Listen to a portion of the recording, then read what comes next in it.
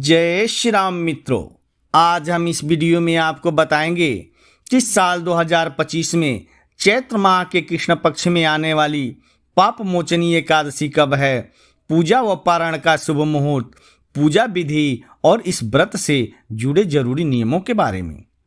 हर साल चैत्र माह के कृष्ण पक्ष की 10वीं तिथि के अगले दिन पाप मोचनी एकादशी मनाई जाती है।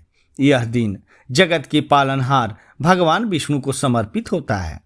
इस दिन लक्ष्मी नारायण जी की भक्ति भाव से पूजा की जाती है। साथ ही मनचाहा प्रदान पाने के लिए उनके निमित्त व्रत रखा जाता है।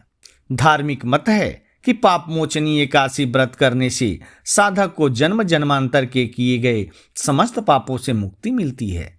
साथ ही साधक के सुख और सौभाग्य में वृद्धि होती है। इस शुभ अवसर पर साधक श्रद्धा भाव से लक्ष्मी नारायण जी की पूजा करते हैं। आइए जानते हैं पाप मोचनी एकादशी की सही डेट, शुभ मुहूर्त एवं योग के बारे में। वैदिक पंचांग के अनुसार चैत्र माह के कृष्ण पक्ष की एकादशी तिथि 25 मार्च को सुबह 5:05 पर शुरू होगी और अगले दिन 26 मार्च को ब्रह्म मुहूर्त में 3:45 पर समाप्त होगी। सनातन धर्म में उदया तिथि माना जाता है। इसके लिए 25 मार्च को पाप मोचनी एकादशी मनाई जाएगी। वही वैष्णव समाज के लोग 26 मार्च को पाप मोचनी एकादशी मनाएंगे। चैत्र माह के कृष्ण पक्ष की एकादशी तिथि पर शिव और सिद्धि योग का संयोग बन रहा है। ज्योतिष शिव और सिद्धि योग को बेहद शुभ मानते हैं।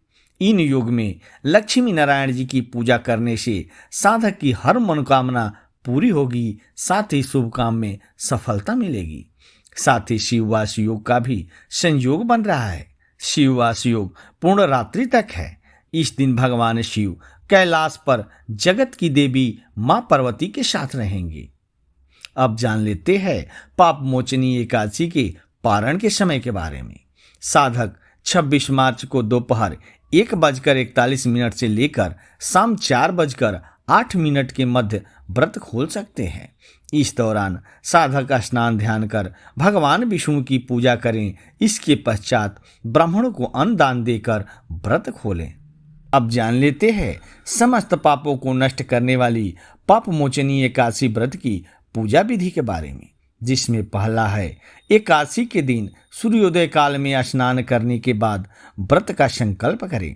इसके बाद भगवान विष्णु की षोडशोपचार विधि से पूजा करें और पूजन के उपरांत भगवान को धूप, दीप, चंदन और फल आदि अर्पित करके आरती करनी चाहिए। इस दिन भिक्षुक, जरूरतमंद व्यक्ति व ब्राह्मणों को दान और भोजन अवश्य कराना चाहिए। पाप मोचनी एकादशी पर रात्रि में निराहार रहकर जागरण करना चाहिए और अगले दिन द्वादशी पर पारण के बाद व्रत खोलना चाहिए। मान्यता है कि इस व्रत को करने से पापों का नाश होता है और सुख समृद्धि प्राप्त होती है। एकादशी तिथि को जागरण करने से कई गुना पुण्य भी मिलता है। मित्रों, यह जानकारी आपको कैसा लगा? अगर यह जानकारी आपको अच्छा लगा हो तो प्लीज़ चैनल को सब्सक्राइब करके एक लाइक जरूर करना। धन्यवाद।